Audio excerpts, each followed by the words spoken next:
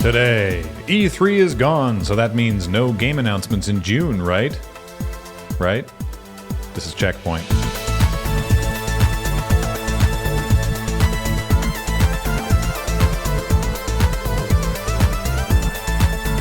Welcome to CheckPoint! Why are you yelling? Sorry, I left the caps lock on.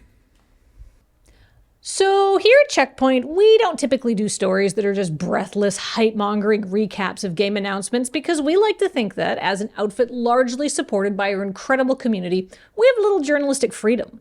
We can do things like fact-check, track down sources, and spend hours writing parody song lyrics because we don't need to summarize YouTube videos for clicks. But there's also a brand new Atlas IP coming out, and as a wonderful, incredibly supportive community, you know that this is going to mean a lot to me, so here are my 4 hottest takeaways about Metaphor ReFantazio. First, you can pet the cat. That's right, there's a cat named Plateau that you can pet while you're in academia, which is this game's equivalent of the Velvet Room. Bonus, this game's equivalent of Igor is a cute demon boy. Incredible, no notes. Second, Atlas, you are monsters. Look at these skills. These are wind skills and they're called Psych and Cyclo. Absolutely not.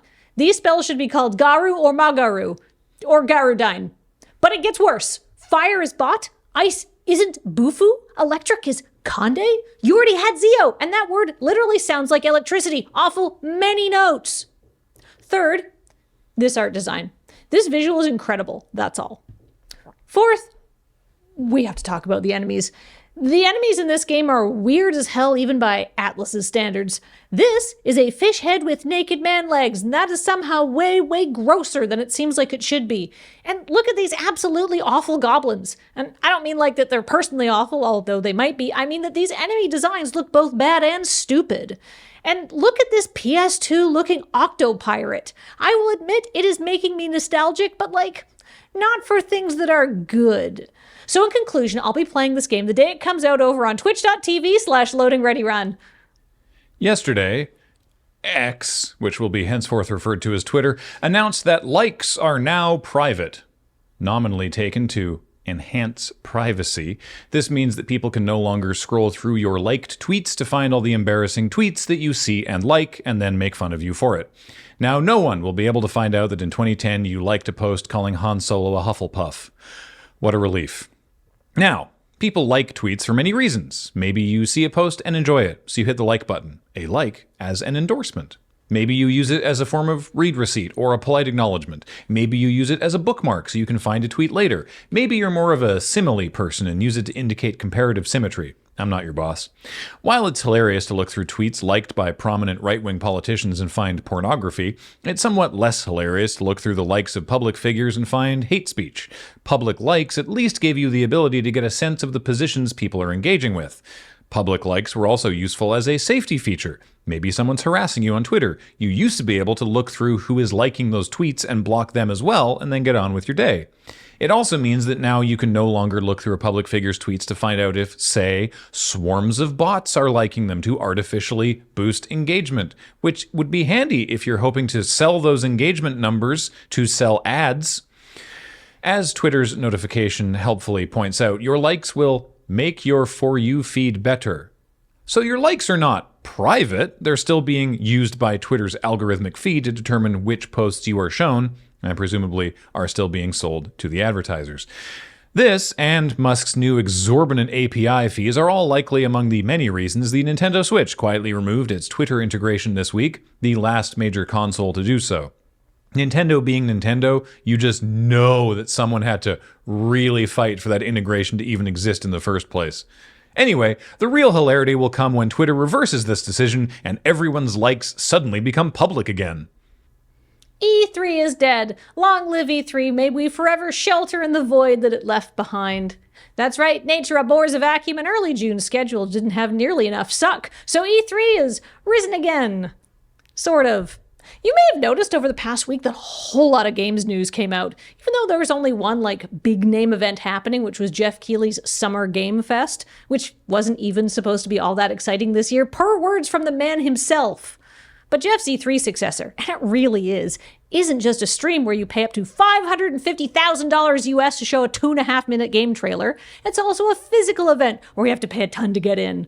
According to reports from Esquire and Kotaku, if you get approved for a Summer Game Fest BizDev partner badge, you'll be paying $500 a day for access. And if you don't want to look like a poor person that's slumming it by holding meetings at a coffee shop, you can rent a private cabana that seats 6, comes with 6 entry badges, table service, and free parking for a mere $20,000 a day.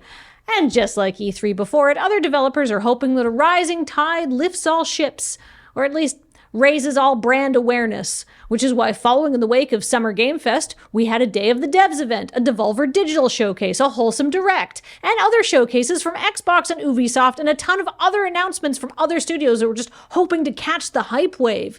There was in fact so much announced this week that there's really only one way to summarize it, and that's the tune of Modern Major General, which Graham's gonna read because obviously he will. Take it away, Graham.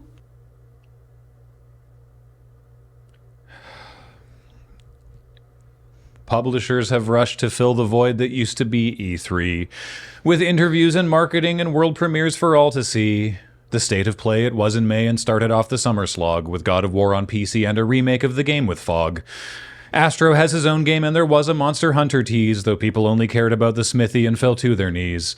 And Marvel Rivals Beta in July should kick things up a notch, assuming you'll enjoy a superhero skin for Overwatch. Consensus was the state of play sold hype it couldn't guarantee, as publishers have rushed to fill the void that used to be E3. Ubisoft, whose logo still looks like a top-down coiled turd, was all in on Star Wars and the internet discourse they stirred, casting the lead Assassin's Creed as Yasuke the Black Samurai, and idiots said historical accuracy justified their horrible opinions and BO that through the net did waft. They dare put me in the position of defending Ubisoft. And the Prince of Persia remake is still 2 years off, you see, as publishers have rushed to fill the void that used to be E3. Obviously, Microsoft would never discuss their layoffs, but they sure had lots of games, so pull yourself up to the trough. New content for online hits like Sea of Thieves and Diablo. Fallout, Warcraft, Elder Scrolls, let's justify those studios. Call of Duty, Stalker, Fable, Perfect Dark, and Gears of War, and at least 2 games with names that I had not heard before. Play day 1 on Game Pass, or just buy with Steam on your PC, as publishers have rushed to fill the void that used to be E3. And finally, it's Jeffrey Keighley's yearly Summer Gaming Fest. Trailer after trailer without pretense of awards for rest. From AAA to solo dev, the marketing cut quite a sloth. Horror games from Blumhouse and some indies from the outer sloth. Even though Jeff had set expectations low to temper hype, after the stream I was exhausted, harboring a major gripe. The ESA might suck out loud and E3's death the final proof, but following the news was easy when it was under one roof. So watch the trailers, read the previews, this concludes my summary. I hope our hype will create value for investors Q3, and further hope you can find games that will excite you some degree, as publishers have rushed to fill the void that used to be E3. You know, when I wrote that Modern Major General line, I came to you and I said, it's okay to say no to this. What do you think I am, a coward?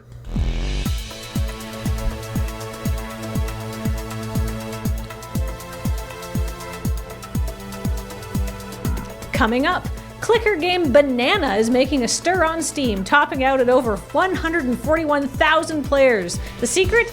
Limited in-game items that speculators are selling to each other on the Steam marketplace. See? People can buy and sell worthless digital assets just fine without NFTs or the blockchain. We made ClickQuest like 10 years ago. I know. I mean, I was reading the coverage of this and I was like, this is a clicker. Like that's just a thing that you do. It's not that. We needed cosmetics that you could buy for 20 cents and sell for 30 cents. To who? I don't know. To people who are trying to buy them for 30 cents and sell them for 40 cents. Yeah, we already had pyramid schemes. Oh. Monkeys on keyboards? It's not really a pyramid scheme. It's just people trying to speculate on a stupid thing. Yeah. You may have inferred it was a slow news week. Yeah, well, because, there's a lot of announcements from E3, and that just kind of dominated all of the other news cycles, right? Basically nothing else happened aside from everybody being like, look at all these games. But we did get a 20-minute video about Metaphor ReFantazio, and there's lots of other really cool stuff in there, but I just wanted to pick out all the things that really caught my eye Atlas grognard. Other developers are hoping that a rising tide lifts all ships. Oh, fuck. Ships. Ships. Ah, ships. Ships. It's a Krog, rising tide lift all ship. Yeah. Many ship. Well, one. So we were talking, some friends of ours were talking about mixtape and how it's a CD in the graphic. It's a mixed. It's a mixed CD. It's called mixtape, but it's a CD. Well, but because it's called a mixtape, even if you gave them to people on CD. But all the music is from the era of cassettes. All the music in the game that they're showing off is from pre. But if it's on CD, surely you put Nine Inch Nails on there. Yeah, no, this is before 9 Inch Nails. This is the musical eras. Anyway, so that was brought up, and I was like, you know what bugs me? What? Is the trailer for Call of Duty. So it's Call of Duty Black Ops 6. It's Blop 6. It's sort of like remnants of the Cold War. Yep. And it's set in 1991. The trailer starts with like 1991. Oh, yeah. Right? But the music they use in the trailer is Firestarter from The Fat of the Land, which came out in 1997. We all know this. Now, Everyone knows this. Yes. Now- this now- is a very reasonable thing to be upset and stressed about. Now- Just like renaming the spells in an Atlas game. Yeah. now is it digenetic music though? Like, are they like listening to it on the radio or something in the trailer? I don't know. It's just that it started as soon as they said 1991, and I think you're just supposed to be like, oh yeah, the 90s. When it that song would not have been out It is then. a good song. It is. Firestarter, it rules. Actually, speaking of music, I did appreciate that so Microsoft had a one more thing moment with the Gears of War prequel. It's called Gears of War, not just Gears, it's Gears of War E-Day. And it's like, it's when all the aliens showed up and Marcus Phoenix is like, it's a whole thing. But in the trailer, if you listen carefully, it's there the whole time. There's a couple parts where it's more noticeable, but there are the chords from Mad World because of the classic Gears of War 2, 3 trailer that used the Gary Jules, that used the down tempo cover of Mad World. Yeah. Right? And so that using those chords in nice. in the trailer, it's very cool. Oh man, sorry, I just remembered. So I didn't do a story on this, but there's this fascinating thing happening in the Maple Story fandom. I got a hot tip on this from Mastodon. So Maple Story, it's been around for years, and there are 2 versions of it. There's the Korean one, and there's the global one, which is not Korea. And they recently updated the Korean one with a bunch of changes that players do not like. Things of like changing drop rates and changing the economy and all sorts of stuff that players have been reacting to very badly. People are salty. Yeah. So the dev in charge of the global version, who goes by the pseudonym Inkwell, has basically been like, cool. The one dev? We are, well, he's the face of it. He's leading that team. He's like, cool, we're going to not do that. And so they released a trailer for the summer update. And the first half of the trailer is literally just features that will not be in the game.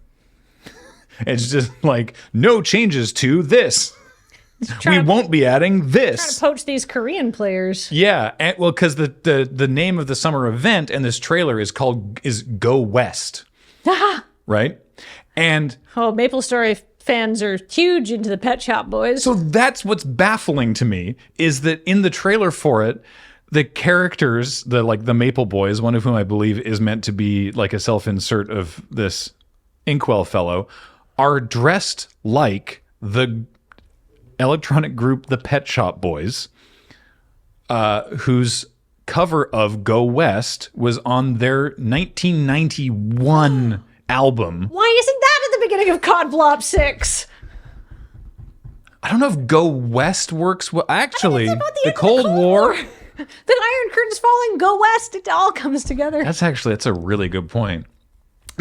What I'm saying is I don't know who this is for.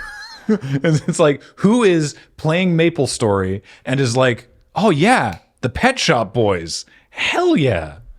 It's so, you know who that song's by originally? Go West, because the Pet Shop Boys one is Eartha Kitt. a cover. No, I don't know. the Village People. Oh, yeah.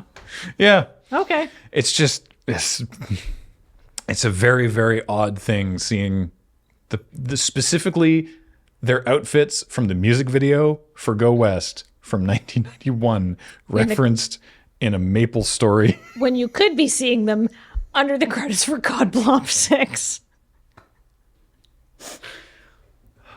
I really want that now.